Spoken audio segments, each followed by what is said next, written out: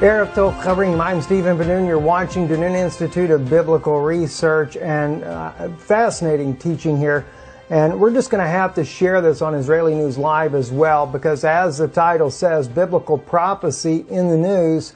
It is a little bit old. Of course, the news is from July, but when I share with you this amazing insight, I think that you too will be blessed as much as it has blessed me. Just being able to share this with you. And of course, I'm going into the story also the type of Yeshua with the type of David there. You guys have heard part of this story before, but there's some things that the Holy Spirit has revealed recently to me that I have never shared before, and I know you're going to really enjoy this. Well, no doubt this will be airing on television as well. For those of you be watching on our broadcast there on Let's Say Broadcasting, we certainly trust this is a blessing for you as well. Let's get right into this broadcast here, Biblical Prophecy in the News there. And let's move on with this. Let's look at first, we're going to take a look here with UNESCO recognizes Hebron, Tomb of the Patriarchs, as Palestinian heritage sites there. Israel and the U.S. waged intensive diplomatic efforts to thwart the Palestinian resolution. Israeli ministers accuse of UNESCO of denying history and being anti-Semitic. Now, I find this very fascinating because to me, clearly, this is in biblical prophecy. And if there is any part of Israel that truly there is without question that this is the Jewish homeland, and evidence that it is a Jewish homeland and should be the right to the Jewish people, not just the Jewish, but the Israeli people, the people of the Hebraic descent people have a right to this place here. Because why? It's not just the tomb of the patriarch Abraham and Sarah, but this is also the tomb where Jacob and Leah are buried as well. And according to the Jewish belief, it is also where Adam and Eve are buried. I can understand the Arabic world, their love for this tomb as well, because truly Abraham is their father as well. They are our cousins. And so, yes, they should have a right to be able to come as well. It should not just be solely for Jewish people only in that regards there, because we do have the common father Abraham as our father. But when it comes to the fact that Jacob is buried there as well, and Abraham would not allow this land to be given to him, but rather he purchased this land, as we saw in 1958 that is, where the Jewish people first began to return to Israel. The modern day state of Israel was not formed as of yet. But they begin to return into the Ottoman Empire and purchase the land that we see there in the Middle East today, both around Tel Aviv and around the Sea of Galilee, or the Kinneret, as we say it in the Hebrew language there, and bought large swaths of land there. We were coming back the same way that Abraham started, our forefather. But it clearly, to me, is a Jewish site predominantly because it is the father of the 12 tribes of Israel is buried there as well as Leah. Now, Rachel was not buried there. She's buried in another location because she did pass away, and then Jacob did not actually bring her body back there. So, at any rate, that's the way I look at that there. And like I said, it's nothing against the Arabic people, because I believe they have a right to be able to come as well to this sacred site there, because sharing the same father there. Let's move right along here, though, going into 2 Samuel chapter 15. We're going to be looking at the story of David, and I think it'll be a blessing to you as well. 2 Samuel 15:7, and it came to pass after 40 years that Absalom said unto the king, I pray thee, let me go and pay my vow, which I have vowed unto the Lord in Hebron. For thy servant vowed a vow while I abode at Gesher in Syria, saying, if the Lord shall bring me again, indeed to Jerusalem, then I will serve the Lord. And the king said unto him, go in peace. So he arose and went to Hebron. But Absalom sent spies throughout all the tribes of Israel, saying, as soon as you hear the sound of the trumpet, then you shall say, Absalom reigneth in Hebron. Now, here's what's interesting. We already know the story here behind this. If you remember, Absalom was, of course, David's son. He had ended up in exile, though, down in Gesher in Syria because of the fact of killing his brother Amnon. And Amnon, certainly we can understand why Absalom would become so angry, because the fact that Amnon actually had raped Tamar Absalom's sister, and he looked for an occasion to be able to kill his brother to get revenge for what he had done to his sister. And it's kind of a sad thing that King David never did anything about it himself, but nonetheless, when Absalom does kill him, then of course he has to flee because he is afraid of what his father would do to him. But when he returns, comes back to Israel, we know that that's a big story about that. There was a little bit of a little wrangling there in order to get King David to allow him to come back. And once King David's his wrath was appeased over what had happened to his other son Amnon, he had mourned enough for him. Then he does permit him to come back, but he's not willing to see Absalom, regardless, though, at that time. But anyway, kind of going back into this whole issue about, though, the tomb itself, we can look at this particular article here. This is on Chabad.org, Cave of the Patriarchs, and it says here, one of the most famous pieces of real estate on the earth is the cave of, as we say, Chama Machpelah, which also known as the Cave of the Patriarchs, in the southern Israeli city of Hebron. Now, Machpelah means doubled in Hebrew. One reason given is that for prestigious couples are buried there: Adam and Eve, Abraham and Sarah, Isaac and Rebekah, and of course Jacob and Leah, as I mentioned already to you. I should have mentioned Isaac and Rebekah from the beginning there, but anyway, I was trying to focus more with the fact of Jacob being, he is the father of the 12 patriarchs. So clearly the grave site has been more so with the implications of the Jewish people in mind. But this is not just the reason why I'm focusing on this. There's a lot to do with Hebron. We have to look at who actually is the one behind Hebron coming under as a Palestinian site now, no longer being considered a Jewish site by UNESCO, but a Palestinian site. And that has a lot to do with the Vatican pushing that in behind the scenes. Now, we're not going to necessarily find a direct link per se to the Vatican themselves, but it is what the driving factor is. And we're going to see inside of this particular story here, in the story of Absalom there, you can find a very interesting insight that clearly seems to identify what happens after David being a type, after David goes into exile, as he is a type of Christ. So it's a little bit complicated. I want to kind of clear this out. We're going to back up just a little bit here in the book of Samuel here. So let's move back up to verse 1 in chapter 15. And it came to pass after this that Absalom prepared him chariots and horses and 50 men to run before him. And Absalom rose up early and stood beside the way of the gate. And it was so. Now this is after Absalom comes back at the invitation of his father. He does come back. Joab makes that kind of happen there. Like I said, through a little bit of a crafty way of doing it, but the king does have his son return, but he doesn't have him return to a place to where he is actually willing to see his face. And keep that in mind. It's very important that he's not willing to see him at the time. But anyway, so Absalom rose up early, stood beside the way of the gate, and it was so that when any man that had a controversy came to the king for judgment, then Absalom called unto him and said, O what city art thou? And he said, Thy servant is one of the tribes of Israel. And Absalom said unto him, See, thy matters are good and right, but there is no man deputed of the king to hear thee.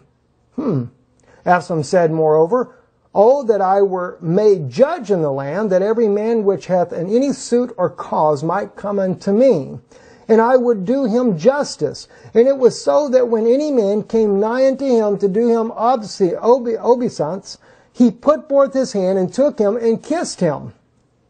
And on this manner did Absalom to all Israel that came to the king for judgment. So Absalom stole the hearts of the men of Israel. You know, I find this very interesting. If you look at this in type form, you know, what is Absalom doing? Absalom is trying to become a mediator, in this case here, between the King David and the people themselves. It's kind of like David, if he were to be the place of Yeshua, Jesus that is, and as we already know from biblical scriptures there is no mediator between God and man except the man Christ Jesus. But let's just say in this case here, David being a type of God, and Absalom is actually trying to become the mediator between God and man, so to speak here. But in this case, it's the king as a type there. Well, I found it interesting when we look back at this article here. Mideast trip nears end. Pope navigates minefield of symbols. Jerusalem. Pope Francis has navigated to the minefield of the Israeli-Palestinian conflict and humbly bowed to kiss the hands of the Holocaust survivors on Monday, the last day of the Mideast trip, laden with bold personal gestures. Never again, Lord, never again, he said, in the dimity hall of remembrance in the Yad Vashem Museum, which commemorates 6 million Jews killed by the Nazis in World War II. Now, when I bring this up about Pope Francis, you have to understand Pope Francis is a type. He is a type of, he's also, and this is not just a type of Absalom, but you have to remember, a Jesuit Pope is a Jew. And I don't know, I mean, maybe there is, but I don't know of another Pope that actually would reach out and bow and kiss the hand of the Jewish people, especially, except maybe that of Pope Francis. And so it not only is it historic, but it is also very interesting. And if you don't believe me, take a look at the image on the screen right here. And remember what it says. And it was so that when any man came nigh to him to do him obeisance, he put forth his hand and took him and kissed him. And on this manner did Absalom to all Israel that came to the king for judgment. So Absalom stole the heart of the men of Israel.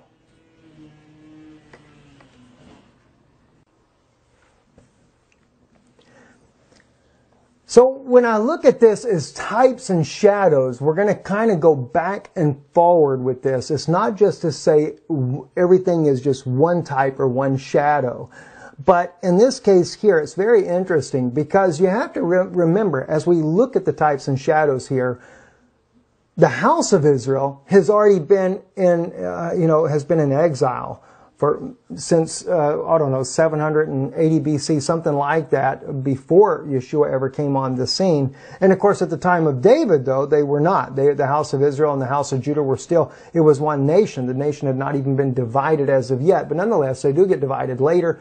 We end up with 2 houses, and one house goes into exile. The other house stays there until the coming of the Messiah. And then, of course, they go into exile after the rejection of Messiah. And this is what we're seeing in the story of Absalom and King David. Absalom is his own son. I mean, Absalom means, his name in Hebrew is Avshalom. Now, I normally say, my father is peace, or father of peace. You could say it either way, which is kind of interesting if you look at the popes of Rome. They call themselves father, and of course, they like to promote peace, so that you could say they are father of peace in verbs or in words, but not in deeds, because truly Absalom, in his case also, his name meant father of peace. But was he a father of peace? No, he is a father of war. He went and tried to kill his own father, David. All right, but it gets very interesting. So it's not just a slant on Pope Francis here when I say this, because you're going to find out that there is still a love David has for Absalom, even though his son is in error. And I would have to say the same thing. I don't agree with a lot of the things that the Vatican does, or that with what Pope Francis does. But we have to remember, in the error, because why? Like in the case of Israel, Israel is blinded, that they cannot see. But God He longs for us to be able to see and to understand. And He's long-suffering that not any should not, or none should perish. See? So we have to keep those type of things in mind. Now let's move along right here, because it's going to get much, much more interesting here. 2 Samuel chapter 15, verse 13. We're going to kind of jump down a little bit. And there came a messenger to David, saying, the hearts of the men of Israel are after Absalom. And David said unto all the servants that were with him at Jerusalem, arise, let us flee, for we shall not else escape from Absalom. Make speed to depart, lest he overtake us suddenly and bring evil upon us, and smite the city with the edge of the sword. And the king's servant said unto the king, behold, thy servants are ready to do whatsoever my lord the king shall appoint. Now, you're going to be amazed by this. I'm telling you will. All right, let's look at this. David's men are like that of Jesus and his legion of angels. Looking at verse 15 again. And the king's servants said unto the king, Behold, thy servants are ready to do whatsoever my lord the king shall appoint, right? You remember Yeshua, what he did? You remember how he says in Matthew 26:50, and Jesus said unto him, Friend, wherefore art thou come? He's talking about Judas. Then came they and laid hands on Jesus and took him. And behold, one of them which were with Jesus stretched out his hand, drew his sword, and struck a servant of the high priest, and smote off his ear. Then said Jesus unto him, Put up again thy sword into his place, for all they that take the sword shall perish with the sword. Thinkest thou that I cannot now pray to my Father, and he shall presently give me more than 12 legion of angels? See, like David, David knew he had the mighty men that were with him. And he knew that if he needed to put down this rebellion that Absalom was doing, he could do it. But you see, he was trying to preserve life. Like the case of the story of Joseph. Joseph didn't know what was happening to him. His brother rise up against him, sell him out into slavery. Now he realizes in hindsight, after what happens with the king of Pharaoh, he rises up to the right hand of Pharaoh, etc. And then when his brethren come down, he reveals himself to him. He says, don't be angry with yourselves. God did this to save life. And all these things were shadows. They were to show us the coming of the Mashiach. And for my Jewish brothers and sisters, don't you realize that these are signs for you? Now, I had a precious friend right recently who said, Steve, but you got to realize too, this not just to the Jewish people, it's to the Gentiles as well. Sure, I know that, my brothers. Sure, I know that, my sisters. But the point is that God is trying to wake up Israel. See, Absalom is blind to who his own father is. He can't recognize that his father is anointed king over Israel, anointed by the prophet Samuel. In fact, that's where they went wrong. I need to tell that story. I told that not long ago. I got to tell that again to you guys. So anyway, we move on. More parallels in the scripture. 2 Samuel 15:16. And the king went forth and all of his household after him. And the king left 10 women, which were concubines, to keep the house. Look at Matthew 25:1. Then shall the kingdom of heaven be likened to 10 virgins, which took their lamps and went forth to meet the bridegroom. What do you think, when David left, what did he do? He left behind 10 concubines. Now, 10 concubines, it's interesting that they're concubines. A concubine is a common law wife. She's not had her wedding ceremony. She's been taken as a bride, so to speak, but she's still, yes, David lived with him, but there's still not, there's not a formal marriage ceremony. And what did David do? He left them behind. Now, why would David do that? Again, it's types and shadows. He left them behind. He says, care for my house in my absence. When Yeshua left off the scene, he left a bride behind. And her charge is like that of David. Care for my house in my absence.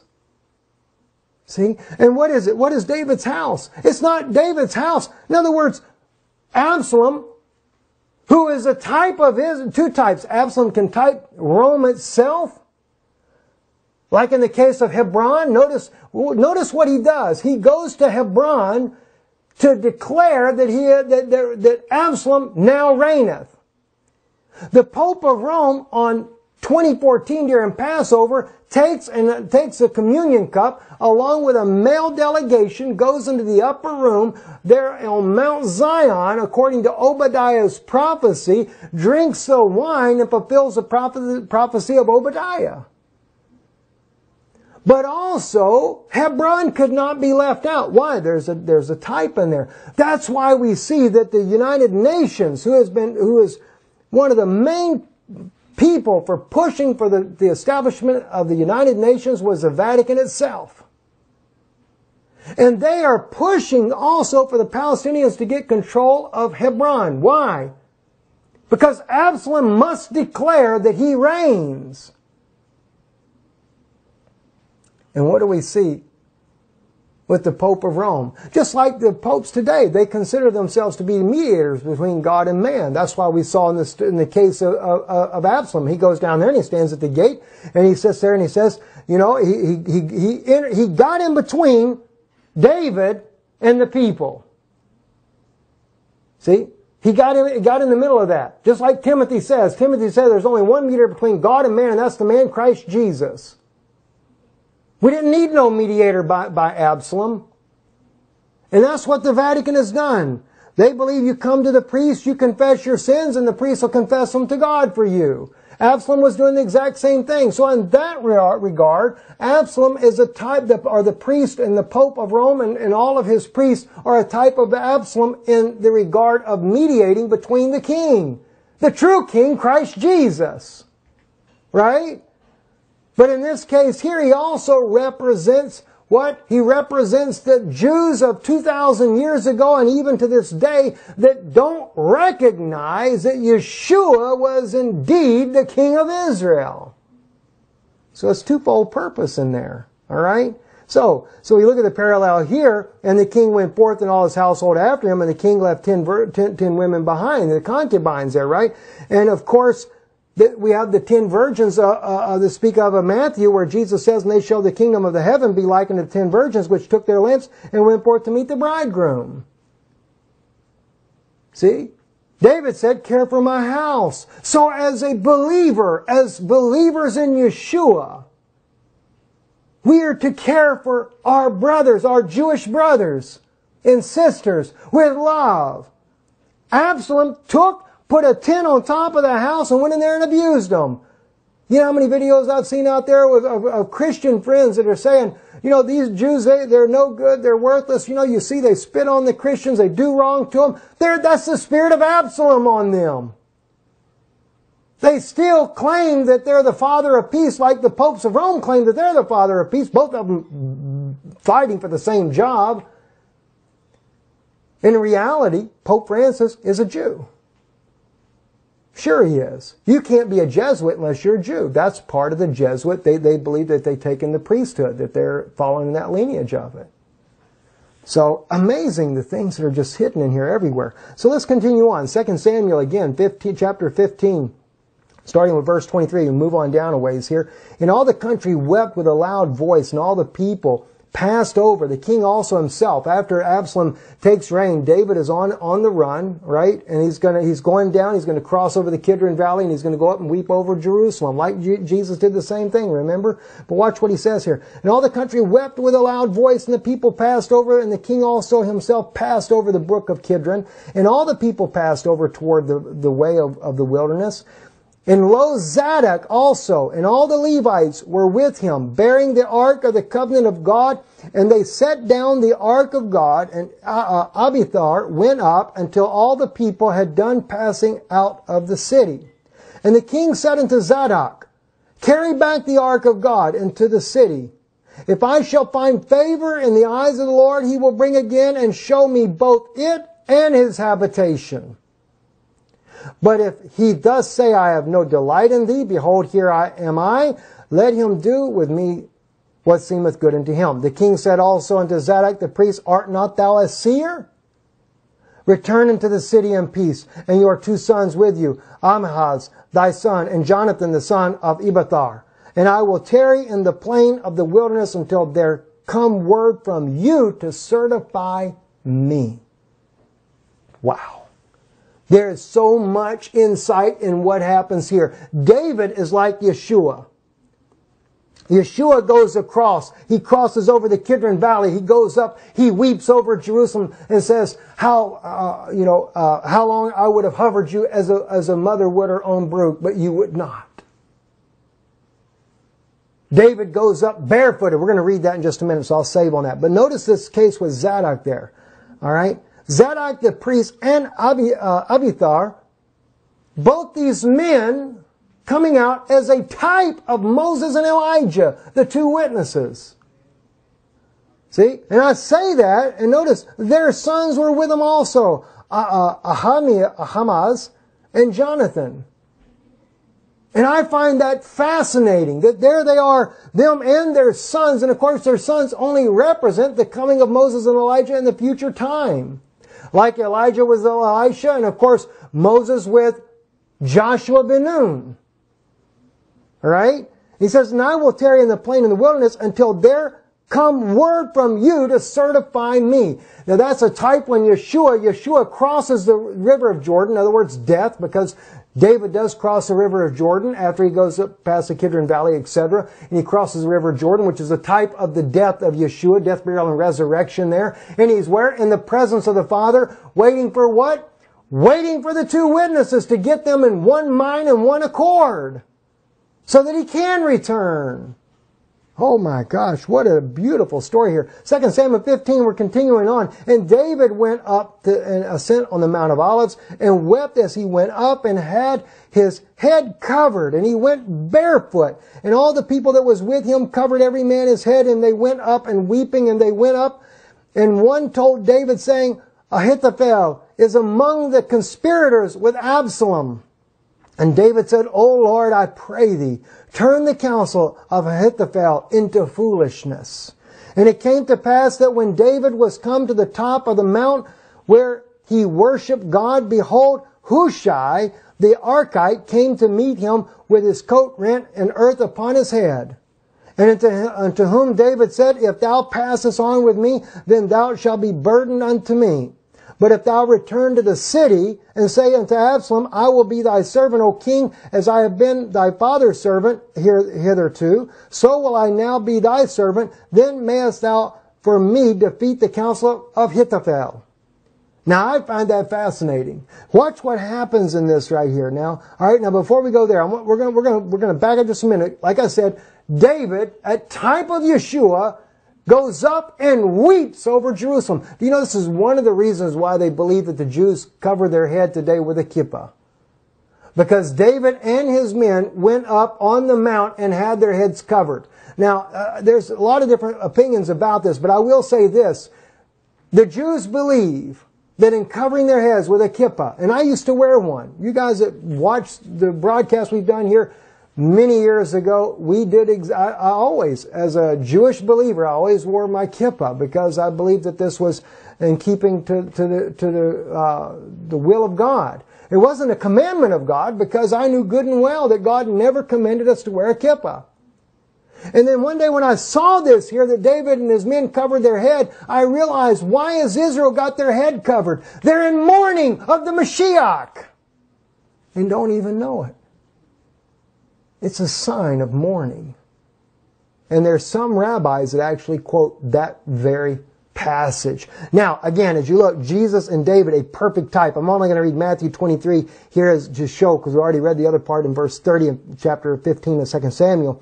O Jerusalem, Jerusalem, thou that killest the prophets and stonest them which are sent unto thee, how often I would have gathered thy children together, even as a hen gathered her chickens under her wings, and you would not. Behold, your house is left unto you desolate.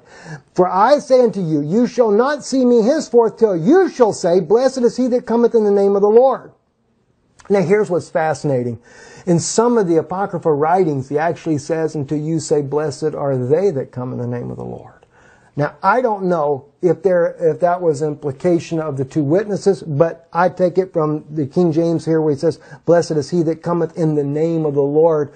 You know, he himself being Yeshua. Because why? It's a type of David. But even if you took the they, what did David say? I will not come back until you certify me. And he said it to who? Zadok and Abiathar. The two priests that were also prophets. David said, art thou not a seer, a prophet? I mean, this is incredible to me, friends. And Yeshua clearly saying he's not going to return either until they say, Blessed is he that comes in the name of the Lord. Now watch how this plays out. See? It plays out beautifully. Watch. We're jumping over to chapter 16 now. Going to go down to verse 5 and pick it up here, 2 Samuel. And when King David came to Baharim, behold, thence came out a man of the family of the house of Saul, whose name was Shimei. Don't forget that. The son of Gerar. He came forth and cursed still as he came. And he cast stones at David and at the servants of King David, and all the people and all the mighty men were on his right hand and on his left. And thus said Shimei when he cursed, come out, thou bloody man, and thou man of Belial. The Lord hath returned upon thee all the blood of the house of Saul, in whose stead thou hast reigned. And the Lord hath delivered the kingdom into the hand of Absalom thy son. And behold, thou art taken in thy mischief, because thou art a bloody man. Then said Abishai, the son of Zeruiah, unto the king, why should this dead dog curse my lord the king? Let me go over, I pray thee, and take off his head.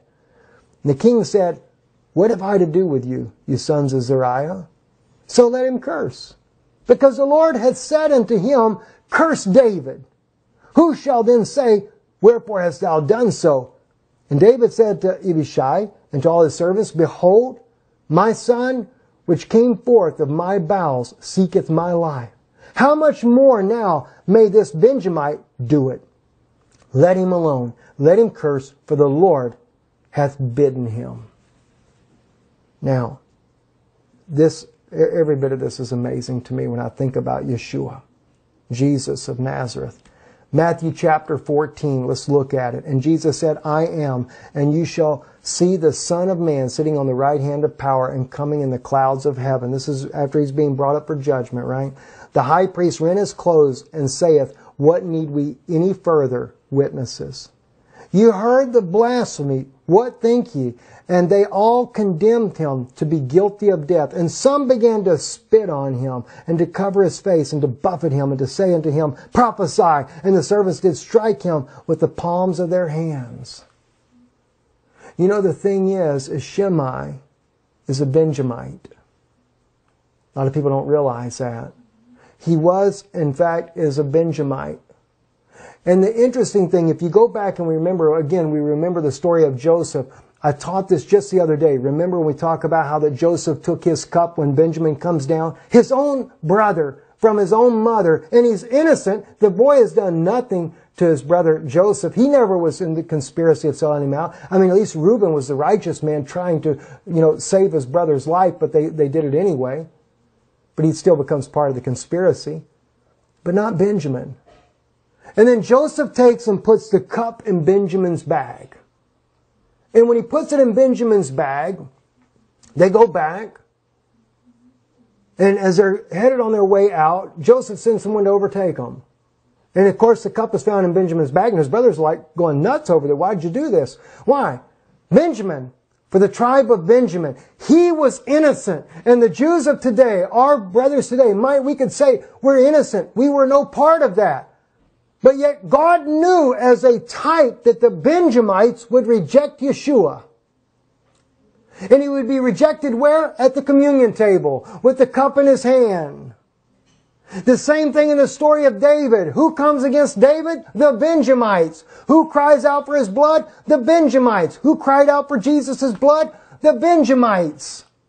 As well as the tribe of Judah, as well as the Levites.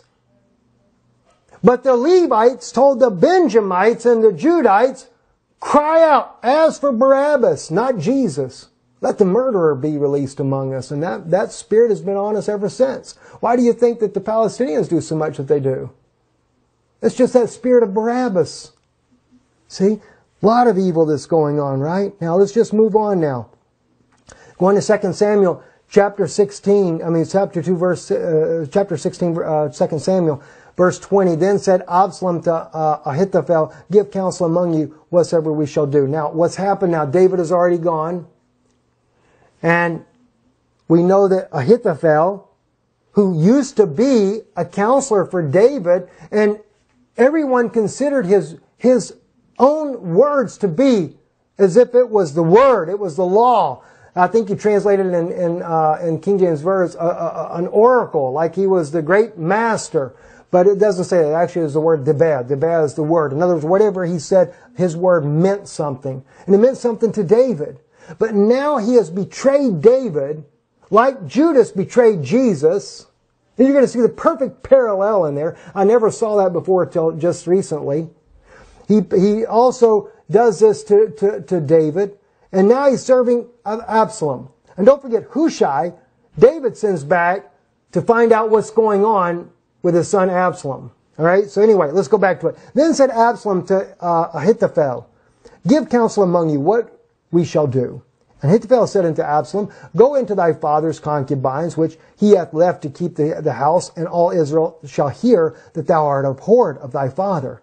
Then shall the hands of all that are with thee be strong. So they spread Absalom a tent upon the top of the house, and Absalom went in unto his father's concubines in the sight of all of Israel. And the counsel of Ahithophel, which he counseled in those days, was as if a man had inquired of the oracle of God. So was all the counsel of Ahithophel, both with David and with Absalom, as we mentioned already, right? So anyway, moving on down to over to chapter 17, starting with verse 1. So moreover, after this happens, then Ahithophel said unto Absalom, let me know, choose out 12,000 men, and I will arise and pursue after David this night. And I will come upon him while he is weary and weak-handed, and will make him afraid, and all the people that are with him shall flee. Wow, please keep that in mind. And I will smite the king only. And Hushai said, dropping down to verse 17, unto Absalom. Because, see, now this, I'm only giving you part of the story right here, but just hold that Ahithophel, what he says to Absalom, the counsel he made. He's betrayed he's betrayed David. He was a loyal servant to David. He's betrayed him. Now he's calling for his blood. He says that his men are weak. They're going to flee, and then he's only going to kill the king.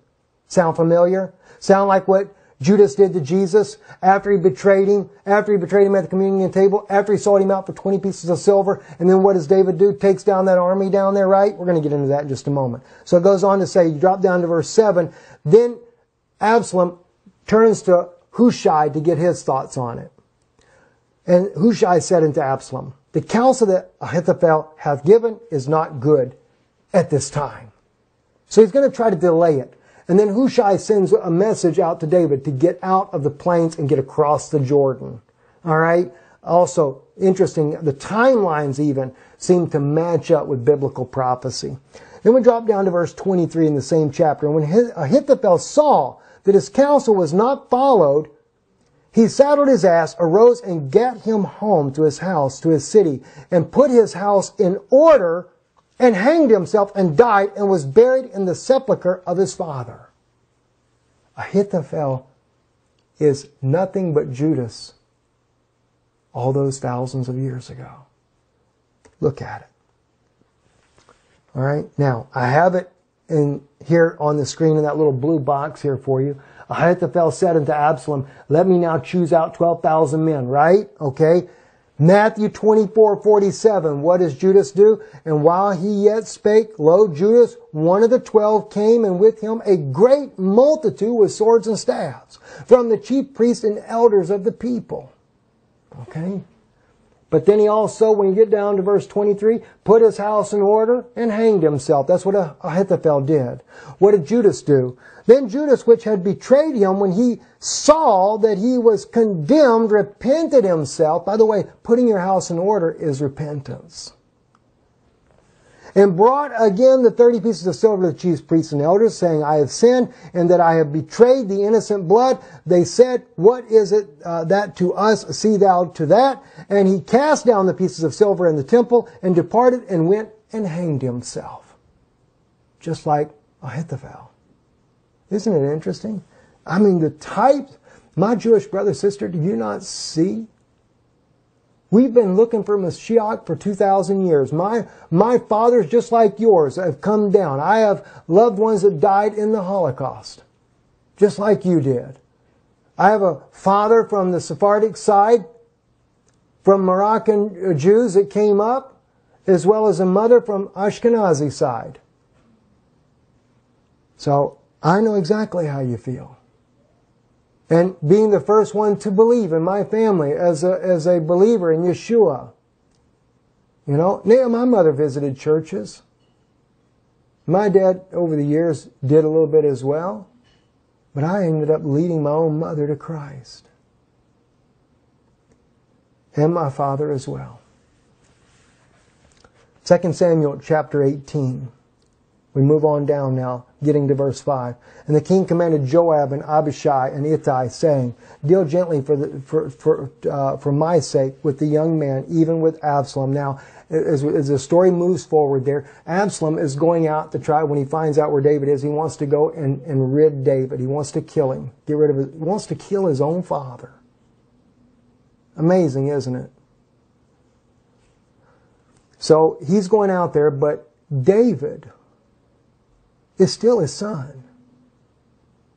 It's still his son, and David still cares about Absalom, even though his son doesn't recognize who he is. And Yeshua was the same way. That's why Yeshua wept over Jerusalem and said, how often I would have hovered you as a hen with her own brood, but you would not. He said, your house will be left desolate. What does that mean? No Holy Spirit, no life in you. Until you say, blessed is he that comes in the name of the Lord. And what was it with David? He says, I won't return until you get the people in one mind and one accord. Or until you call for me, I won't come. Speaking of the two priests there, which is a representation of the two witnesses. Jeez. So the king commanded Joab and Abishai and Ittai, saying, deal gently for my sake with the young man, even with Absalom. And all the people heard when the king gave the captain's charge concerning Absalom. And Absalom met the servants of David, and Absalom rode upon a mule, and a mule went under the thick. We dropped down, by the way. I'm dropping down just so you have to kind of pay attention. I went from verse 5 to verse 9. Absalom met the servants of David.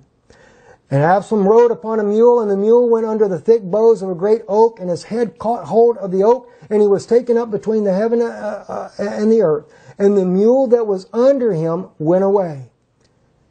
And a certain man saw it and told Joab, and said, behold, I saw Absalom hanged in an oak. And Joab said unto the man, and told him, and behold, thou sawest him, and why didn't thou not smite him there to the ground? And I would have given thee 10 shekels of silver and a girdle. And the man said to Joab, though I should receive 1,000 shekels of silver in my hand, yet would I not put forth my hand against the king's son. God bless that man. For in our hearing the king charged thee, and Abishai and Ittai, saying, beware that none touch the young man Absalom. All right? Israel, though she's blinded, we're not to condemn her. Have mercy.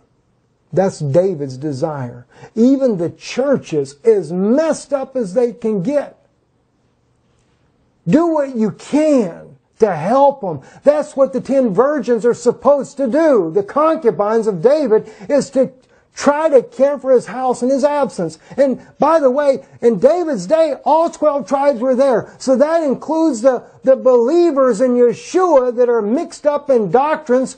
Don't sit there and try to kill them. Have a little compassion. Have a little mercy of their blindness and not recognizing they don't know who the true Father is. My goodness. Let's move on. What David could not do, Christ did do, though. Watch what happens. We jump all the way over to chapter 18. Of course, what happens? Absalom is killed.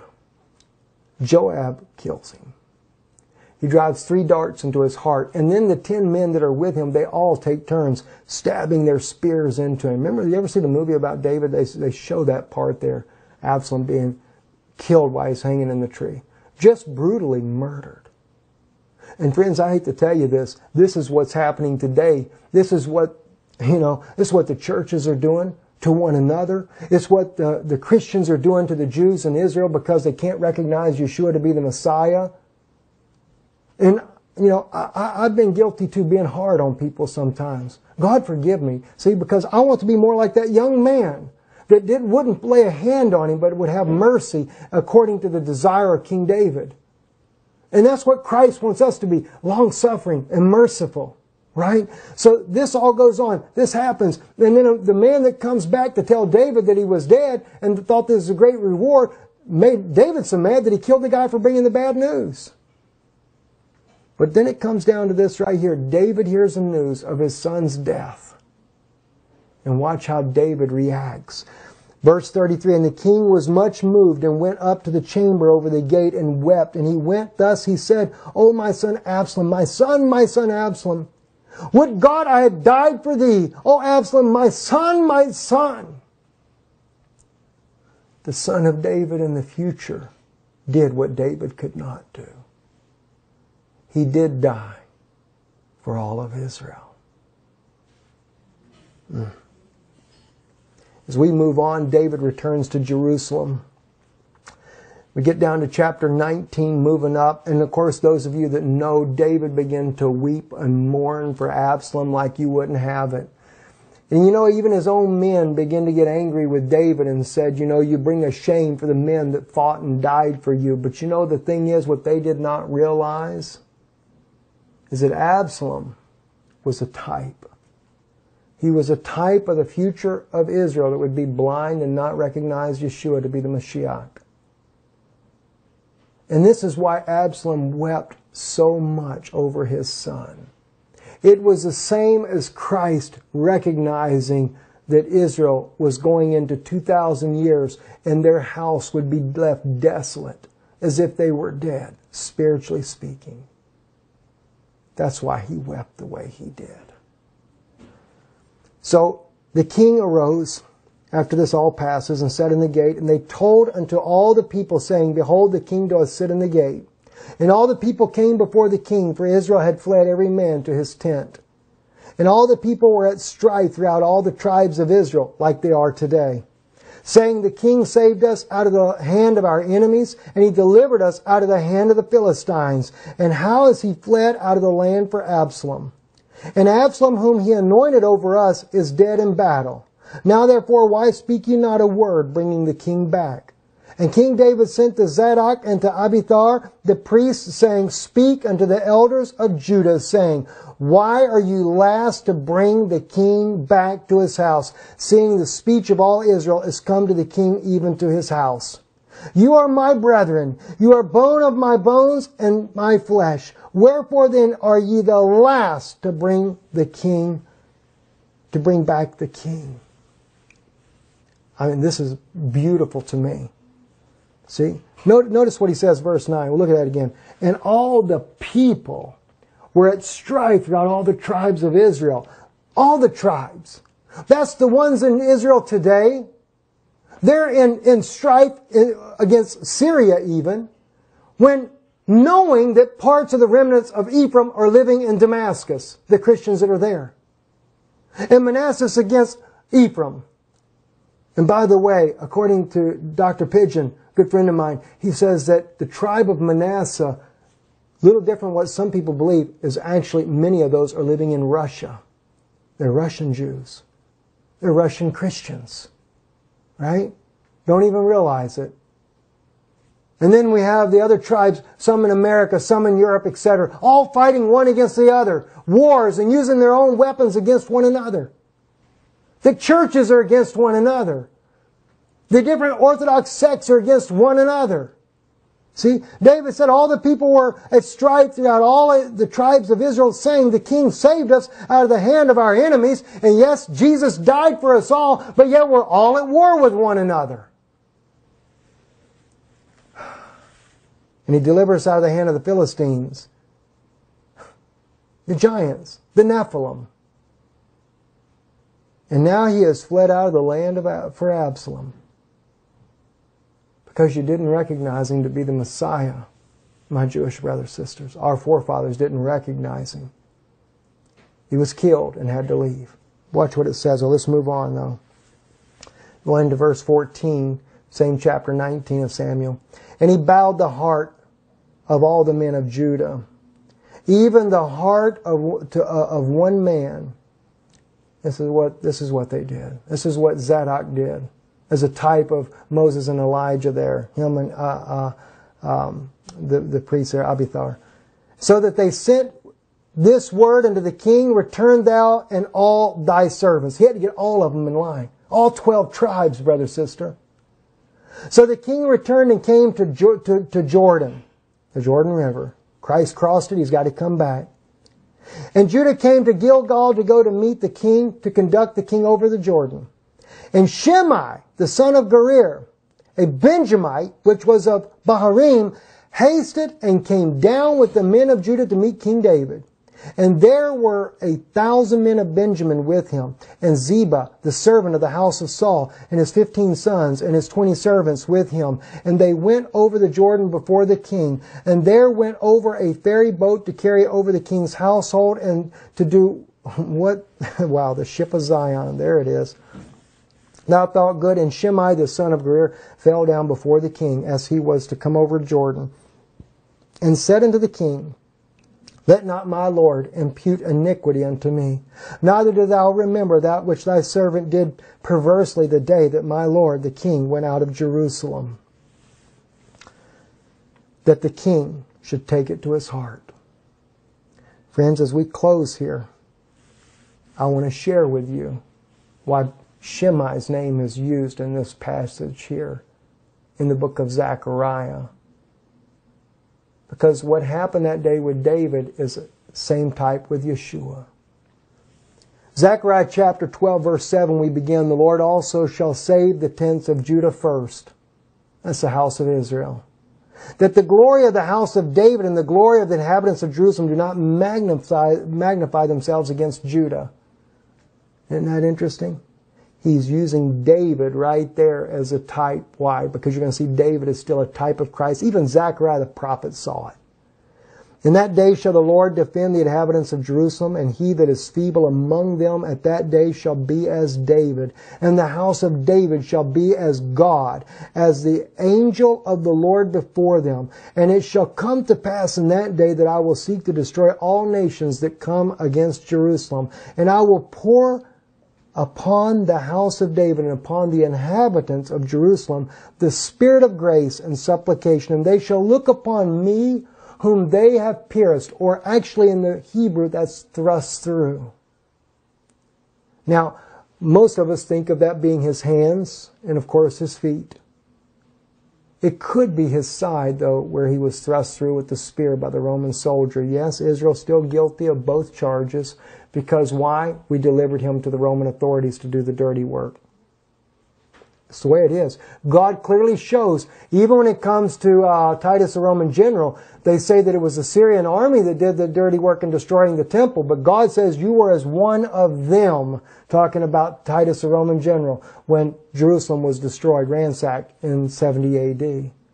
So we are as one of them, even though we handed him over to the Romans. All right? So he goes on to say, they shall look upon